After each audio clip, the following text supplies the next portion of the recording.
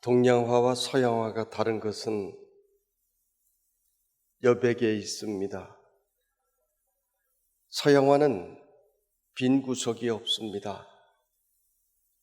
푸른 하늘을 그려도 빽빽하게 색칠이 되어 있습니다. 눈 덮인 산을 그려도 하얀 칠을 합니다. 그런데 동양화는 여백의 미가 있습니다. 사군절을 배운 적이 있는데 국화의 잎사귀가 공중에 떠 있어도 괜찮습니다. 동양화를 보는 재미는 여백에 있습니다. 그런데 여러분, 우리의 삶도 여백이 필요합니다. 모든 것을 다 채우려고 하는 것, 욕심입니다.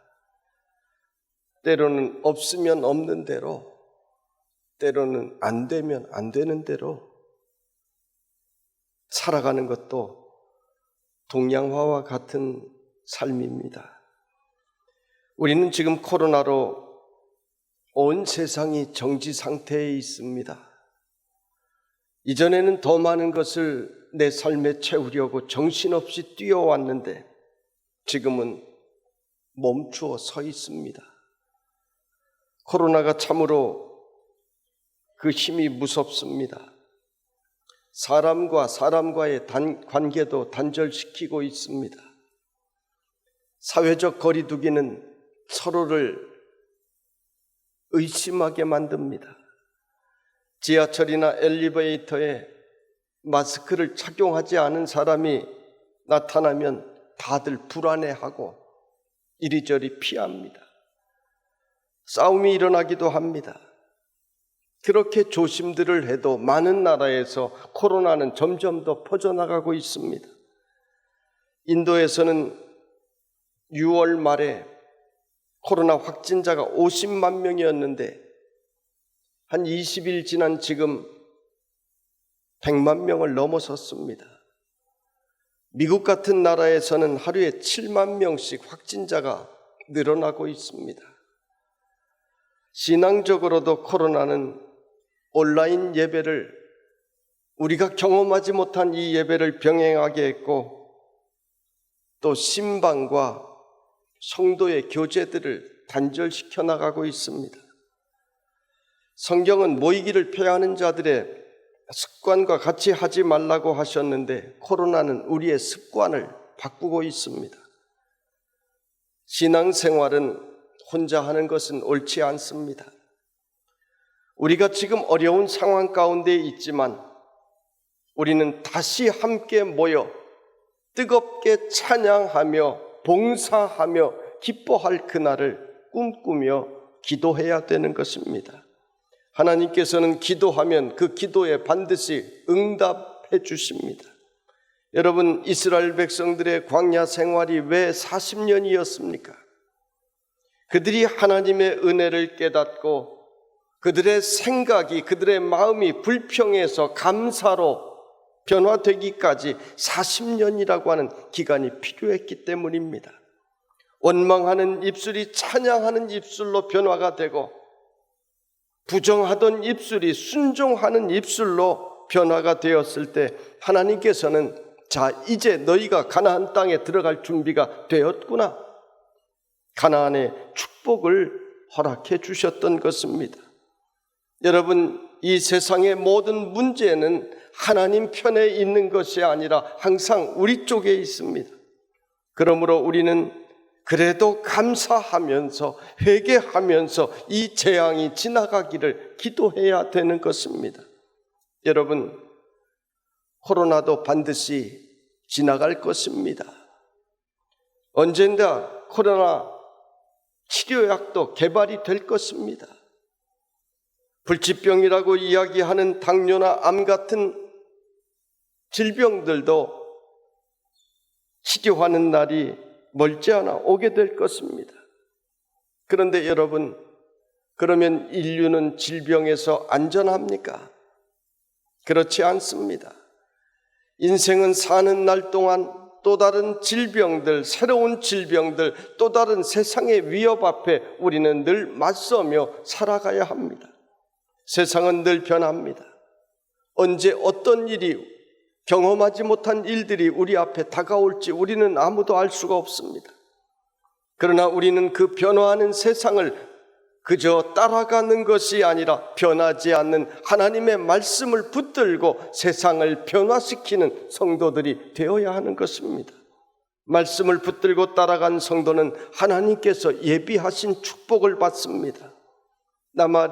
남아메리카의 아타카마 사막은 비가 거의 오지 않는 세계에서 가장 메마른 지역입니다. 이곳은 오아시스도 거의 없습니다. 그런데 몇 년 전 약 7년 동안 내릴 모든 비가 한꺼번에 다 쏟아졌습니다. 비가 온 후에 사람들은 자신의 눈을 의심했습니다. 온 천지가, 그 광야 사막들이 온통 풀과 아름다운 꽃들로 바뀌어져 있었습니다. 풀 한 폭이 자라지 못하는 사막도 하나님께서 비를 주시면 아름다운 꽃들이 만발한 동산으로 변화가 되는 것입니다. 문제는 우리 자신입니다. 우리가 은혜 받고 우리가 축복받을 그릇으로 변화가 되어야 하는 것입니다. 오늘 성경은 수천 년 전이나 지금이나 변함없이 복 있는 사람의 삶이 어떠해야 되는지를 우리에게 말씀해 주시고 있습니다. 성도 여러분, 여러분은 지금 복 있는 사람의 삶을 살고 계십니까? 복 있는 사람으로 여러분은 살고 싶으십니까? 여러분, 복 있는 사람은 악인들의 꾀를 따르지 아니하며 말씀을 합니다. 악인들이 어떤 자입니까? 선하게 살아가려고 하는 사람들을 괴롭히고 힘들게 하는 사람들입니다. 많은 사람들이 줄을 서서 기다리고 있는데 꾀를 써서 새치기 하는 것 같은 그런 사람들입니다. 그런 사람들을 보면 약이 오르잖아요. 세상에서는 악한 사람들이 잘 되는 것 같고 정직하게 살면 손해보는 것 같습니다. 그래서 우리들도 슬쩍 그들이 하는 방식대로 쫓아가기도 하고 눈을 감기도 합니다. 잠언 24장 1절에서는 너는 악인의 형통함을 부러워하지 말며 그와 함께 있으려고 하지도 말지어다 말씀하셨습니다. 왜요? 악인들의 결말은 항상 좋지 않기 때문입니다. 세상에서도 악한 일을 행하면 그 결말이 좋지 않습니다. 더구나 악인은 마지막 심판대 앞에 서게 됩니다. 그때 바로 오늘 4절의 말씀과 같이 바람에 나는 겨와 같이 지옥으로 날라 들어가게 되는 것입니다. 옛날에 가을 추수 때 탈곡기로 탈곡을 하는 것을 보면은 곡식의 열매를 탈곡기 앞에서 바람에 날립니다. 그러면 알곡은 그 무게 때문에 곡식 그릇으로 떨어지지만 겨는 바람에 마구 날아갑니다. 아무리 힘을 쓰고 아무리 애를 써도 안 됩니다. 그때는 우리가 다시 해보려고 해도 안 됩니다. 때는 이미 늦은 것입니다. 악인들의 꾀를 따르는 것은 자기 욕심에 미혹되기 때문입니다. 그러므로 미혹되지 않으려면 여러분은 영적인 눈이 밝아야 되는 것입니다. 아무리 세상에 굉장한 지혜와 지식이 쌓여 있어도 육체적인 눈이 2.0보다 더 좋아도 영적인 것은 볼 수가 없습니다. 어떻게 봅니까? 성령님께서 내 안에 계시고 성령님께서 밝히 보여주셔야만이 인생의 갈 길을 볼 수가 있는 것입니다. 찬송가에도 있잖아요. 갈 길을 밝히 보이시니 주 앞에 빨리 나갑시다. 성령님께서는 우리의 갈 길을 밝히 보여주시는 분이십니다. 내가 보는 것은 실패합니다. 내가 보는 것은 잘못 볼 때가 많습니다. 그러나 성령님께서 인도하심을 따라서 성령님이 보여주시는 대로 길을 걸어갈 때 악한 꾀를 따르지 아니하는 복된 성도의 삶을 살아갈 줄로 믿습니다. 그 다음에 복 있는 사람은 죄인들의 길에 서지 아니하며라고 했습니다. 죄인의 길은 하나님의 말씀을 벗어난 자들입니다. 이 죄라고 하는 것은 아주 묘한 특징이 있는데 꼭 다른 사람들을 끌어들입니다. 동업하자고 합니다. 마귀가 그렇게 유혹하기 때문입니다. 그러므로 성경은 죄인들의 길에 서지 말고 복된 길에 서라고 늘 말씀하고 있습니다. 여러분, 위험한 도로 한가운데 서 있으면 위험한 일이 생깁니다. 우리는 죽음의 길을 벗어나 생명의 길로 날마다 걸어가야 되는 것입니다.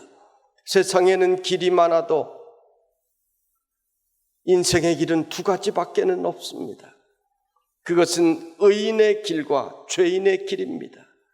예수님께서는 이 길을 우리에게 말씀하시며 한 길은 넓은 길이요 다른 한 길은 좁고 협착한 길이라고 말씀을 하셨습니다. 넓은 길은 편한 길이요 많은 사람들이 걸어가는 길입니다. 좁고 협착한 길은 걷기 힘든 길이요 선택한 자들만 걸어가는 길입니다. 예수 믿는 것이 편하고 좋은 길로만 가는 것이 아니라는 말씀입니다.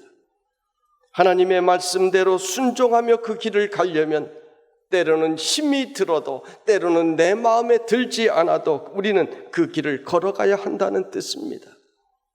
길은 출발지가 있고 종착지가 있습니다. 우리는 그 길을 걸어가다가 인생의 길을 걷다가 마치는 순간이 옵니다. 그 순간이 바로 그 길의 종착지입니다. 여러분, 인생의 종착지도 두 군데밖에는 없습니다. 하나는 천국문이요 하나는 지옥문인 것입니다. 성도 여러분, 여러분은 복된 길을 걸어 천국문까지 가는 성도들이 되시기를 주님의 이름으로 축원합니다.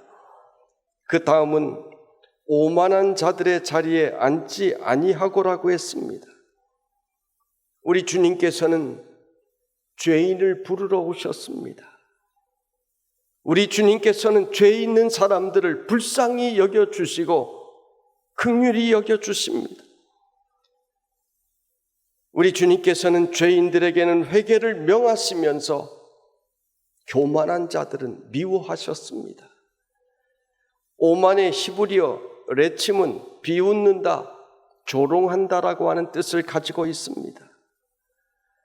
우리도 몰라서 죄를 짓고 할 수 없이 죄를 짓는 사람들에 대해서 동정심을 가집니다. 그런데 오늘 성경이 말씀한 레침, 나를 비웃는다든지 조롱한다든지 하면 기분이 안 좋습니다. 여러분, 하나님께서도 그러신 것입니다. 저희 부친이 문금리라고 하는 시골에서 개척교회를 할 때 그 마을에 무당들이 있었습니다. 어느 날 양지 바른 곳에 동네 여인들 몇몇이 모여 있었는데 이 무당이 하나님을 조롱하기 시작했습니다. 야, 하나님이 어디 있냐? 보여봐라. 하나님을 믿느니 내 주먹을 믿어라. 한참을 조롱하는 말에 마침 그곳에 이사와 있던 황 집사님이라고 하는 분이 속이 상하여 너 하나님께 함부로 말하지 마라. 너 그러면 그러다 죽어 그랬습니다. 그러니까 이 무당이 아이고 나 죽네 그러면서 담벼락에 기대어 있다가 주저앉아 죽는 신용을 했습니다. 동네 사람들 박수를 치면서 깔깔거렸습니다.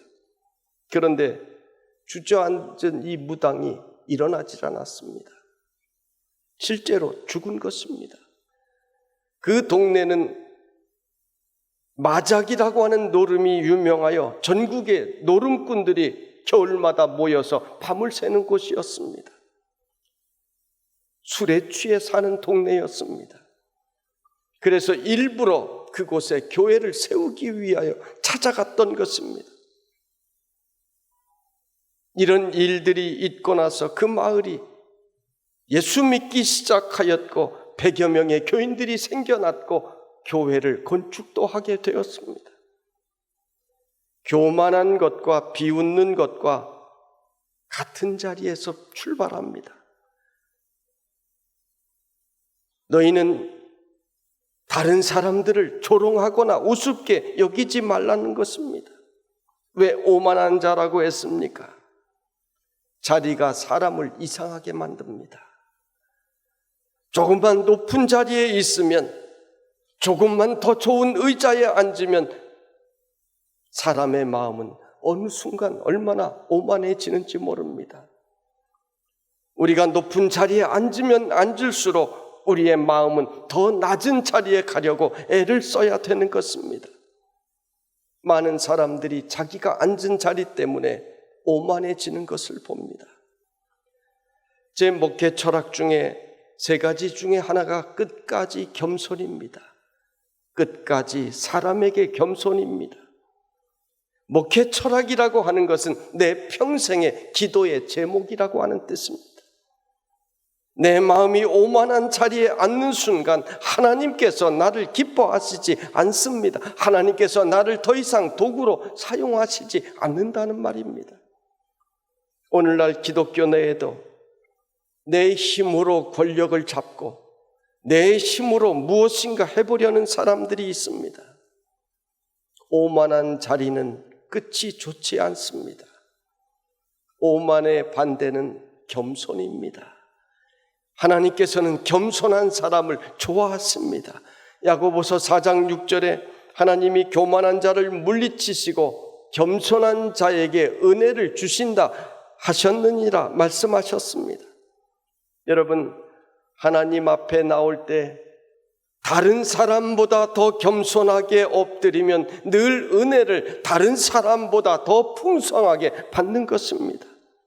은혜는 교만한 사람이 받는 법이 절대로 없습니다. 은혜는 비와 같아서 항상 낮은 곳으로만 더 많이 흘러갑니다. 성령 충만도 겸손한 사람이 받습니다. 그래서 더 큰 능력의 사람이 되는 것입니다. 성도 여러분, 여러분은 하나님 앞에 나올 때마다 여러분의 마음을 늘 겸손케 하여 늘 은혜 풍성히 받는 성도들이 되시기를 주님의 이름으로 축원합니다. 지금까지는 복 있는 사람이 하지 않아야 될 것을 말씀하셨다면 이제는 해야 할 일을 말씀하십니다. 오직 여호와의 율법을 즐거워하여 그의 율법을 주야로 묵상하는 자로다 말씀하셨습니다. 여러분, 이 세상에는 우리가 즐거워할 일들이 많이 있습니다. 등산하는 일도 즐겁고 낚시하는 일도 즐겁습니다. 스포츠 즐기는 일 즐겁습니다. 자식들이 잘하는 일 바라보는 것도 즐거운 일입니다. 이 세상에는 즐거운 일들이 많습니다. 기독교는 금욕적인 것을 말하지 않습니다. 한때 금욕을 통해서 하나님께 가까이 가려고 하는 시도들이 있었습니다. 초대교회 당시에도 들판에 나가 살면서 금욕을 통해 하나님께 가려는 무리들이 있었습니다. 또는 예수님처럼 바울처럼 독신으로 살면서 복음만을 위해 살겠다는 그런 사람들, 죄를 떠나 살겠다는 사람들이 있었습니다. 금욕적인 수도원 운동들도 많이 있었습니다. 그런데 하나님께서는 우리에게 기뻐하라, 즐거워하라고 하셨습니다. 행복하게 살라고 하셨습니다. 어제 뉴스에 보니까 무슨 운동을 하는 젊은이들이 가축 농장에 가서 자신들의 팔을 콘크리트에 묶어놓고 차량들이 도살할 가축을 싣고 나가지 못하도록 막는 그런 장면을 보았습니다. 내용을 보니까 닭이나 돼지 같은 것들이 비참한 환경에서 키워지고 도살당하는 것이 불쌍하다는 것입니다. 마침 닭 한 마리가 닭장에서 나와서 도망다니다가 이 사람들이 그 닭을 잡았습니다. 구출을 했습니다. 그래서 그 닭을 들고 있는데 경찰들이 와서 이것은 당신 소유가 아니니 이 닭을 가져갈 수 없다고, 내놓으라고. 그래서 닭을 빼앗는데 악을 쓰면서 울면서 뭐라고 하는가 하면, 차라리 닭 대신 나를 도살하세요. 차라리 나를 데려가서 도살하세요. 그렇게 울부짖는 장면을 보고 제가 충격을 받았습니다. 하나님께서는 이 세상의 모든 삼라만상을 하나님의 자녀인 우리를 위하여 주신 것입니다. 동식물들에게는 영혼을 주시지 않았습니다. 본능만을 주셨습니다. 세상의 모든 것들을 조화롭게 잘 사용하며 우리로 하여금 즐겁게 행복하게 살라고 하셨습니다. 그러므로 스포츠 즐기는 것 잘못된 것 아닙니다. 영화 보는 것, 음악 듣는 것 죄가 아닙니다. 문제는 스포츠를 즐기며 죄를 짓게 하고 영화를 만드는 것도 이상한 영화들을 만들어서 죄를 짓는 것이 문제이지, 그런 것들 자체가 죄는 아닙니다. 우리가 잘 사용해야 되는 것입니다. 오늘 성경에 오직 여호와의 율법을 즐거워하며라고 말씀하신 것은 여호와의 율법이 모든 것에 앞선다라고 하는 뜻입니다. 하나님의 말씀을 즐거워하는 일에 다른 것이 방해가 된다면 그것을 끊어버리라는 완곡한 표현인 것입니다. 여러분, 하나님의 말씀을 오직 즐거워하면 그 말씀이 우리 속에 역사하시는 것입니다. 하나님의 말씀은 살아있고 활력이 있어 좌우에 날선 어떤 검보다도 예리하여 혼과 영과 및 관절과 골수를 찔러 쪼개기까지 하며 또 마음의 생각과 뜻을 판단하나니라고 히브리서 4장에서 말씀하셨습니다. 하나님의 말씀은 위대한 힘이 있습니다. 말씀이 사람을 변화시키는 것입니다. 어둡고 절망적인 삶을 살아가던 사람도 말씀이 들어가면 희망이 있고 밝은 사람으로 새로운 사람 변화가 되는 것입니다. 능력이 없던 사람들도 하나님의 말씀이 들어가면 그 말씀으로 인하여 능력 있는 사람으로 변화가 되는 것입니다. 내 힘으로는 할 수 없었던 사람이지만 하나님께서는 좋은 사람들을 보내주셔서 함께 일을 만들어 나가게 하십니다. 지금까지 말씀이 변화시킨 위대한 사람들의 이야기가 얼마나 많이 있습니까? 서양의 역사는 하나님의 말씀이 변화시킨 사람들의 이야기가 대부분입니다.